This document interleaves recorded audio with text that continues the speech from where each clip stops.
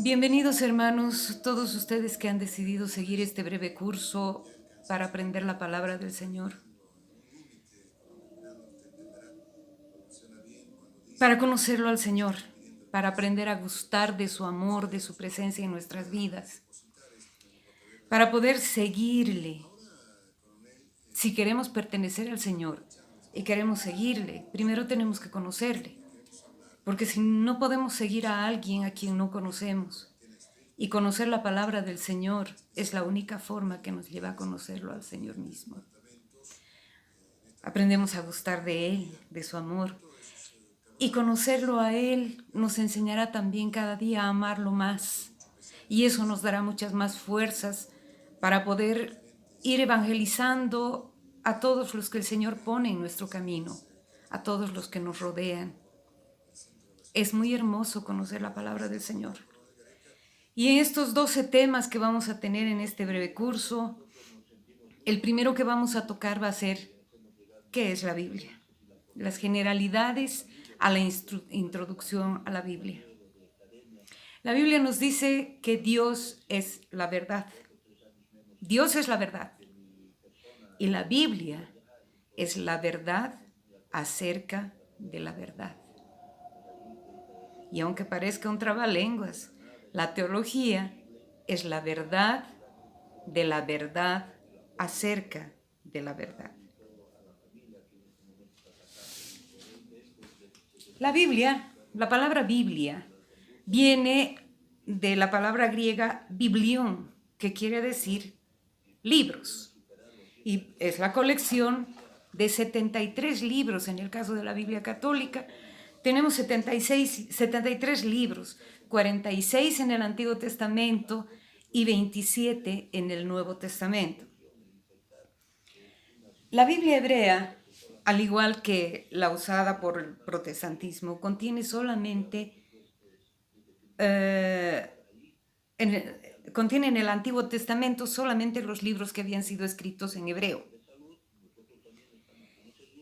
Los 7 extra que tenemos nosotros los católicos son llamados deuterocanónicos porque son pertenecientes al nuevo canon de la Biblia. El canon es el rol, es la lista de los libros que fueron autorizados para estar en la Biblia.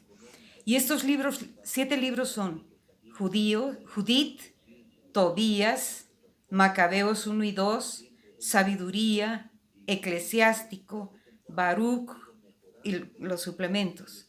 La carta de Jeremías, que está en Baruch, y la historia de Susana y Bel el Dragón, que ambas historias están en el libro de Daniel.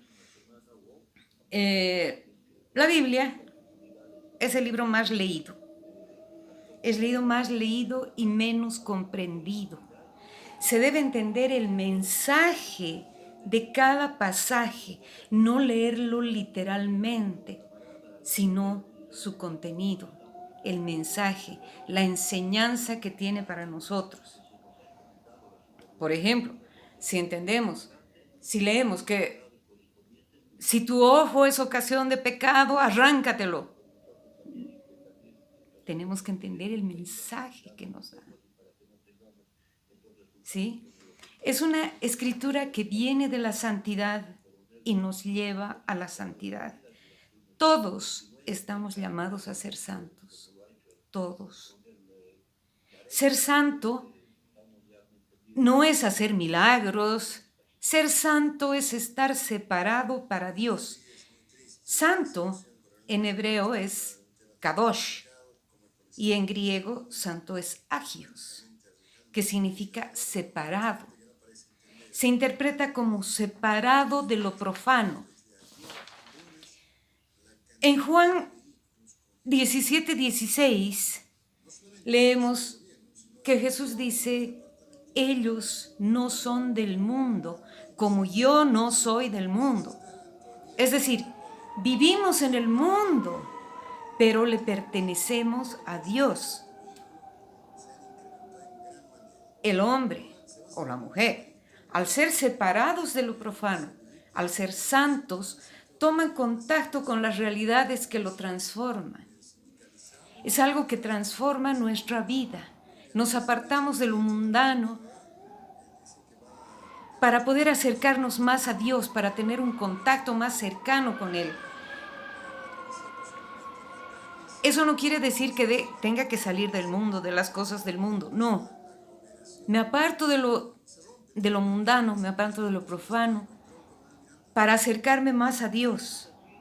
Llego a Dios y vuelvo al mundo, pero vuelvo transformado y vuelvo con el ánimo de transformar lo que me rodea. Por eso es que al principio les decía, vamos a tener muchas más fuerzas para poder evangelizar y hacer que la gente que nos rodea, las personas que el Señor pone en nuestro camino, puedan también ser transformadas en sus vidas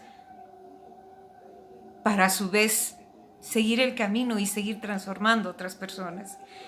Es un trabajo que no tiene fin. Es un trabajo que no tiene fin.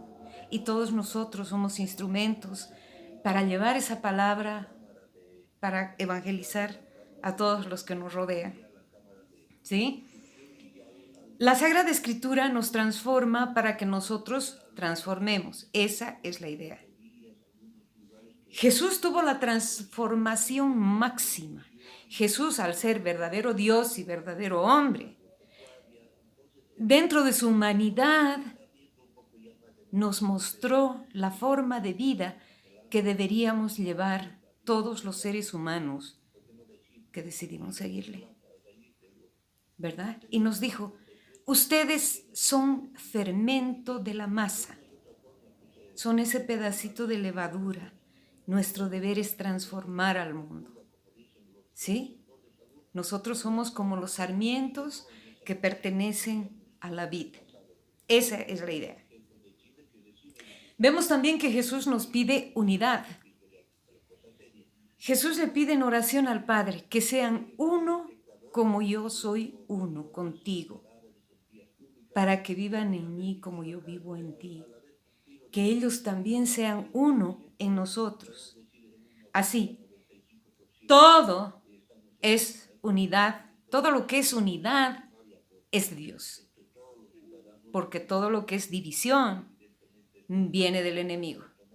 División viene del griego diablo, que quiere decir el que divide. Esa sería la primera parte de la introducción a este estudio pequeño. Ahora vamos a ver qué es la inspiración. ¿De dónde viene la Biblia? ¿Quién la escribió? En la segunda carta de Timoteo, en el capítulo 3, Pablo nos dice, toda sagrada escritura es inspirada por Dios y útil para enseñar, para redarguir, para corregir y para educar en la justicia. Eso es lo que nos dice Pablo. Y Pedro, en la segunda carta que tiene, en la carta pastoral, en el capítulo 1 nos dice, ante todo tengan presente que ninguna profecía de la Escritura puede interpretarse por cuenta propia, porque nunca profecía alguna ha venido de voluntad humana, sino que los hombres, movidos por el Espíritu Santo de Dios, han hablado de parte de Dios para transmitir su palabra al pueblo. Entonces, movidos por el Espíritu Santo quiere decir que la Biblia ha sido escrita por Dios mediante el Espíritu Santo que actuaba entre los hagiógrafos, o sea, en los escritores de la Sagrada Escritura. Inspirar es absorber el aire. Así, el escritor de la Biblia, de cualquiera de los libros de la Biblia, aspira el aliento de Dios, que es el Espíritu Santo, y lo expira en la palabra. Y por la palabra nosotros recibimos el aliento de Dios.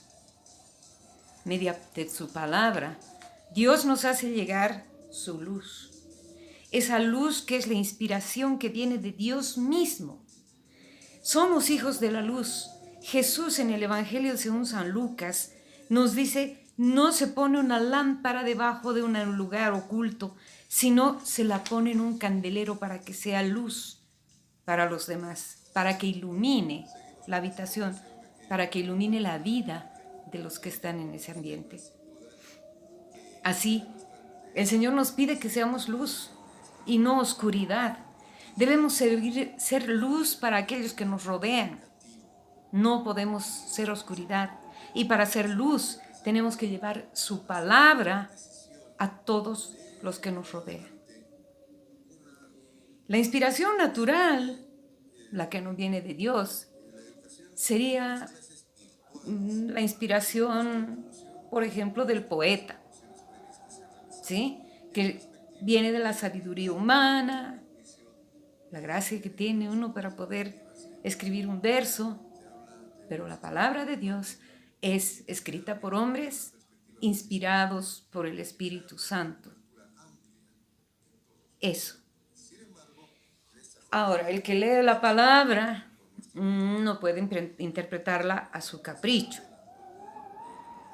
El que interpreta la palabra de Dios a su capricho divide, y hemos visto que quien divide o lo que divide no viene de Dios, es obra del enemigo.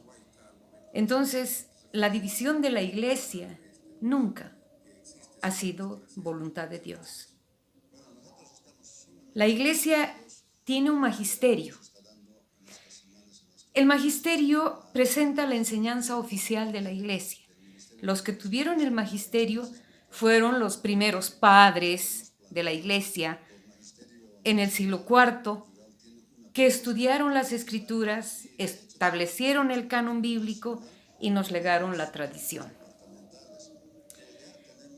En el Evangelio según San Juan leemos al final que dice, este libro no contiene todas las cosas que hizo Jesús, porque si dijéramos todas no alcanzarían los libros del mundo para ponerlas.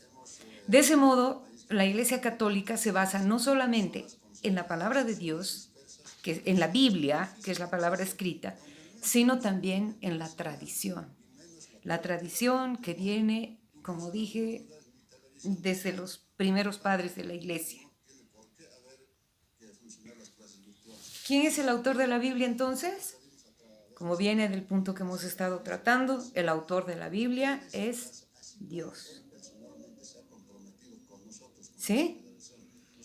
El concilio florentino en los primeros siglos, al igual que los dos concilios vaticanos, el Vaticano I y el Vaticano II, declararon solemnemente que Dios es el autor de la Biblia. Su espíritu instruye y revela su palabra al hombre, lo que hace de la Biblia un libro divino y humano. El hombre es el autor secundario de la palabra de Dios. Ha sido escogido como un instrumento, recibe de Dios mismo, a través de su Espíritu Santo, la revelación. El hombre es el canal que utiliza Dios para escribir la palabra, que la vamos a estudiar ahora.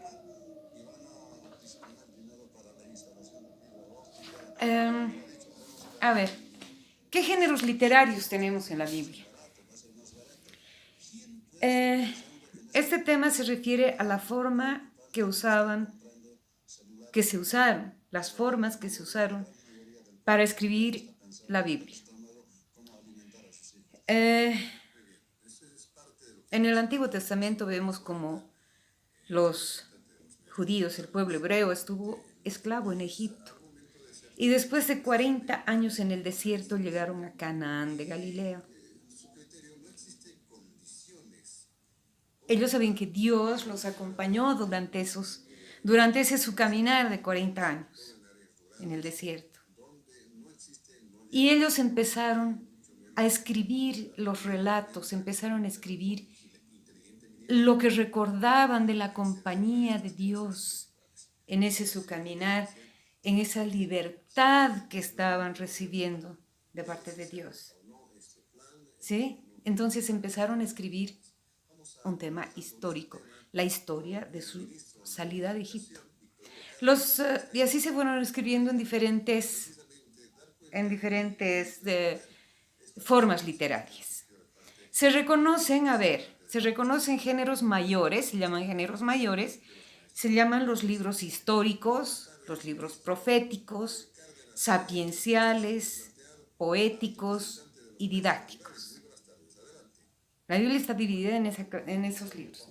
Los libros históricos abarcan todos los textos en forma de relatos que incluyen historias reales, noveladas, algunas ficticias, relatos populares como mitos y leyendas, sagas, cuentos, datos informativos, biográficos, en fin. Son relatos que anuncian en forma de historia algunos todo lo que vivió el pueblo hebreo en sus principios. Los libros proféticos son los dichos y discursos pronunciados por un profeta. El profeta es un mensajero del Señor que habla en nombre de Dios. Incluye oráculos, relatos biográficos, visiones, acciones simbólicas, y en el caso de la segunda parte del libro de Isaías, por ejemplo, tenemos, Isaías fue uno de los más grandes profetas del Antiguo Testamento, y tenemos las profecías mesiánicas, que son las que ya nos están anunciando desde aquella época la venida del Señor. Los libros sapienciales son aquellos que tienen sentencias, proverbios, alegorías, refranes y expresan una forma popular, razonada de la propia experiencia de un sabio. En esos, por ejemplo, tenemos los salmos, que también están considerados dentro de los libros poéticos, ¿no? Que son generalmente en verso, y que, igual que los sapienciales, también nos expresan sentimientos, vivencias profundas, incluyen cantos, alabanzas, elegías de amor, de dolor, poemas, oración. Y los libros didácticos, que son las colecciones de normas y preceptos por los que se regía el pueblo hebreo, tanto en lo civil como en lo religioso.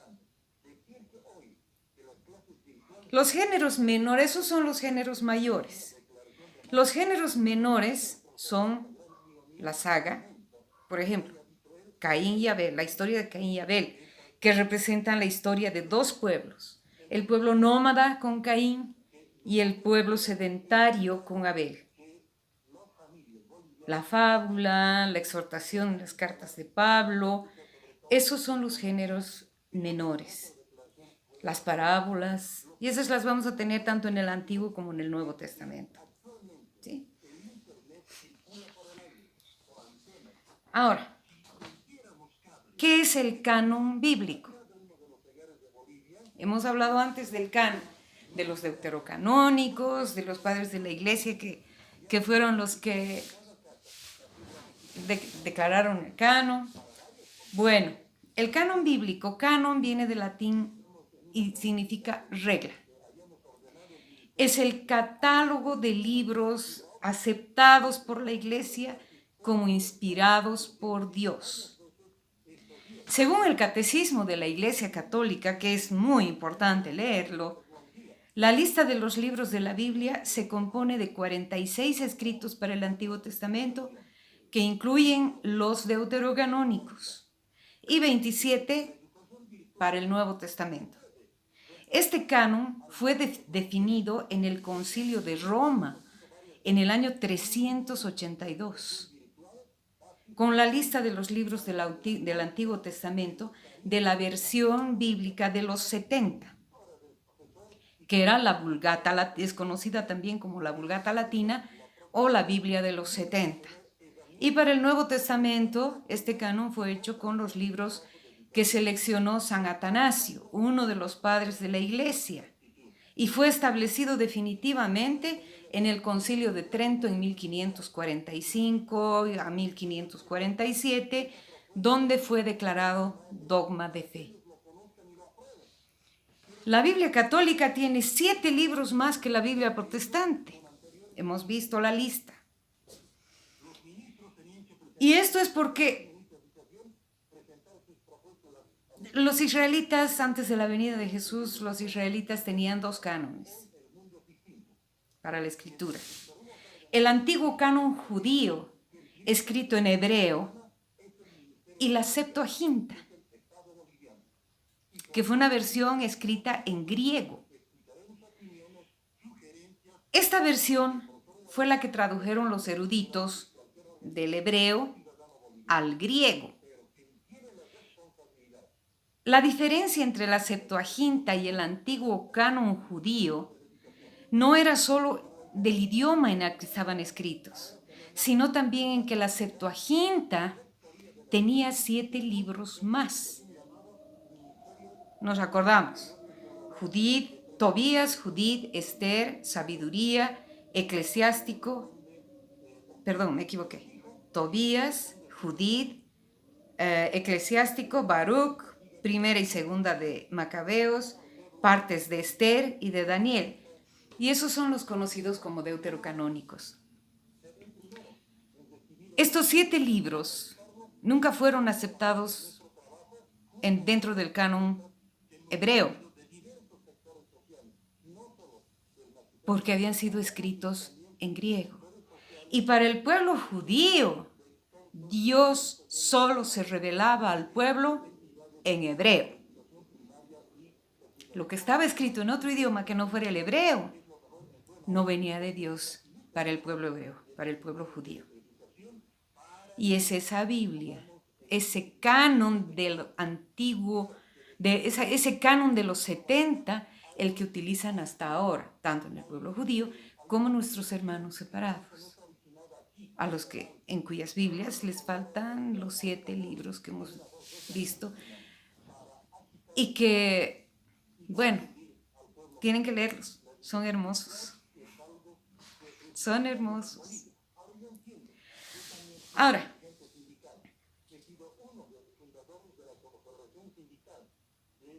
nosotros sabemos que la Biblia ha sido escrita en griego. El Nuevo Testamento en la Biblia ha sido escrito en griego. Pero muchas citas que hay dentro del Nuevo Testamento, citas que vienen del Antiguo Testamento, han sido tomadas de la Septuaginta, de la traducción griega de la Septuaginta. ¿Sí?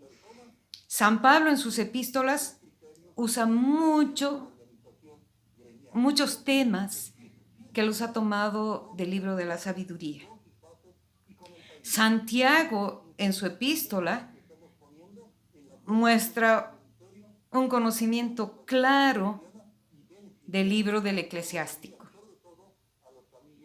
En la iglesia primitiva, la versión de la Septuaginta era la única leída del Antiguo Testamento. Las Biblias cristianas más antiguas en existencia, por ejemplo, el Codex Vaticanus, que data de la primera mitad del siglo IV, y el Codex Sinaiticus, que también es del siglo IV, y hay muchos otros, contienen todos los libros del Antiguo y Nuevo Testamento tal como los conocemos hoy en nuestras Biblias. El canon que tenemos en la Biblia católica es el siguiente. Vamos a ver eso más. El Antiguo Testamento, tenemos el Pentateuco, que está compuesto por los 5 primeros libros: Génesis, Éxodo, Levítico, Números y Deuteronomio. Los libros históricos, que son Josué, Jueces, Ruth, 1 y 2 de Samuel, 1 y 2 de Reyes, 1 y 2 de Crónicas, Esdras, Nehemías, Tobías, Judith, Esther, 1 y 2 de Macabeos. Los libros proféticos, que son los Salmos, perdón, libros poéticos, que son Salmos, el Cantar de los Cantares, las Lamentaciones. Ahora sí, los libros proféticos son Job, perdón, Isaías, Jeremías, Baruch, Ezequiel, Daniel, que son conocidos como profetas mayores, no porque sean más importantes que los menores, sino porque sus escritos, sus libros son mucho más amplios que de los que se los conoce como profetas menores. Los profetas menores son Oseas, Joel, Amós, Abdías, Jonás, Miqueas, Nahum, Habacuc, Sofonías, Ageo, Zacarías y Malaquías, que es el más cercano al Nuevo Testamento, el libro de Malaquías. Los libros sapienciales, aquellos que nos enseñan sabiduría, son Job, Proverbios, Eclesiastés, Sabiduría, Eclesiástico o Sirácides. Ese es el canon del Antiguo Testamento, que incluye los 7 deuterocanónicos. Y el canon del Nuevo Testamento son los 4 evangelios que conocemos: Marcos, Mateo, Lucas, Juan. Tenemos los Hechos de los Apóstoles, que es una continuación del Evangelio de Lucas, escrito por Lucas también. Las cartas paulinas, que son 2 cartas, la carta a los romanos, 2 cartas a Corintios, Gálatas, Efesios, Filipenses, Colosenses, 1 y 2 de Tesalonicenses, 1 y 2 de Timoteo, la carta a Tito y la carta de Filemón. Y las epístolas católicas o epístolas pastorales, que son la de Santiago, 1 y 2 de Pedro, y las 3 cartas de Juan y la carta de Judas. Una cosa interesante que podemos saber ahora y conocer, y que la vamos a ver también más adelante repetida, pero el primer escrito en el Nuevo Testamento es la primera carta de Pablo a los tesalonicenses. Ese es el primer escrito del Nuevo Testamento. Ahora vamos a ver algo un poco más de curiosidad. Los evangelios apócrifos.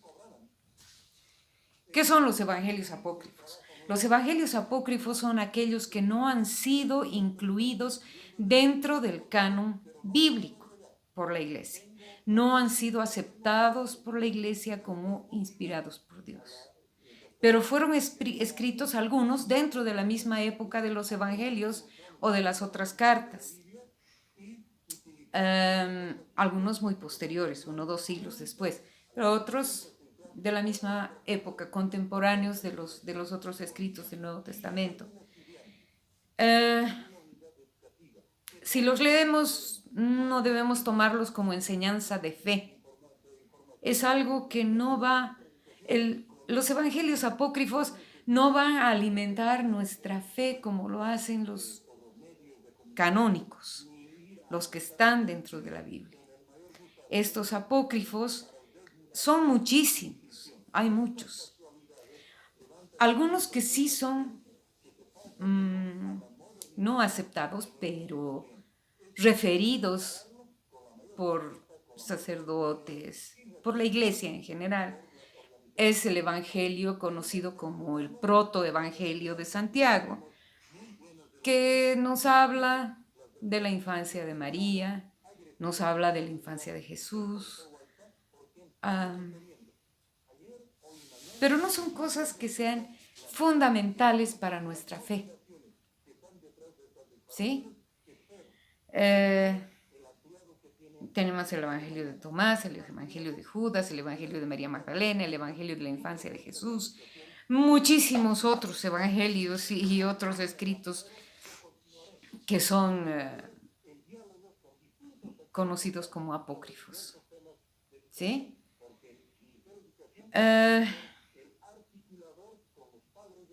El protoevangelio de Santiago fue escrito alrededor del año 150 de nuestra era. Sí, se lo llama protoevangelio, la primera buena noticia. Nos muestra una idea, tiene relación, digamos, con el inicio del culto mesiánico, perdón, del culto mariano, porque como les dije antes, nos habla de la infancia de María, entre otras cosas, ¿no? Relata la concepción milagrosa y la infancia de María, su entrega al Señor, su matrimonio con José. Es interesante leerlos, es interesante, pero no debemos tomarlos como enseñanza de fe, ¿sí? Hay muchos relatos de los evangelios apócrifos que estoy segura que ustedes recuerdan. Han debido oír que cuando Jesús era niño, formaba pajaritos con barro, los soplaba y los mandaba a volar. Esos relatos, que son bonitos, tiernos, están en los evangelios apócrifos, pero no son enseñanza de fe. ¿Sí? Por ejemplo, estoy segura que todos se acuerdan, que fue la Verónica la que en el camino del Calvario le secó el rostro a Jesús y el rostro quedó impreso en la tela con la que le había secado el rostro. Ese es un relato que no lo van a encontrar en la Biblia, porque no está. Eso viene también de los evangelios apócrifos. ¿Aumenta o disminuye nuestra fe? No, para nada. Entonces, no se esfuercen por la curiosidad de leer los evangelios apócrifos. Concéntrense en lo que está dentro del canon que nuestra iglesia, en su sabiduría, nos da para conocer y seguir al Señor. La Biblia no solo nos quiere transmitir experiencias de fe, ¿sí? Eso es lo que debemos buscar, experiencias de fe en la Biblia. La Biblia no está para enseñarnos historia, geografía, no. La Biblia está solo para enseñarnos experiencias de fe. Y eso es lo que debemos tomar de la sabiduría de la Biblia. ¿Sí? Tenemos que leer la Biblia con ojos de fe. ¿Sí? Si hablamos del censo en el nacimiento de Jesús, vamos a ver históricamente que no fue el único censo que hubo. Hubieron 3 censos en diferentes épocas. Uno antes y dos después del nacimiento de Jesús. No nos interesa. Lo que nos interesa es que Jesús se hizo